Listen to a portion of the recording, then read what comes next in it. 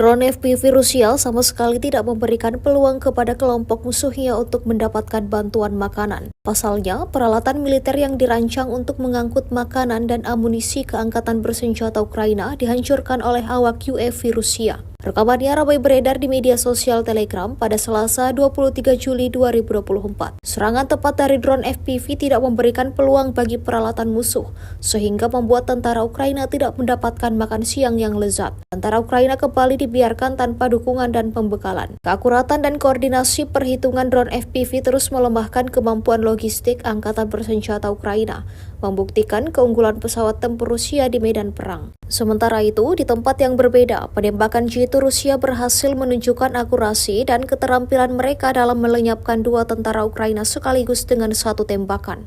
Serangan tersebut seketika menewaskan dua perwira TNI Ukraina di tempat.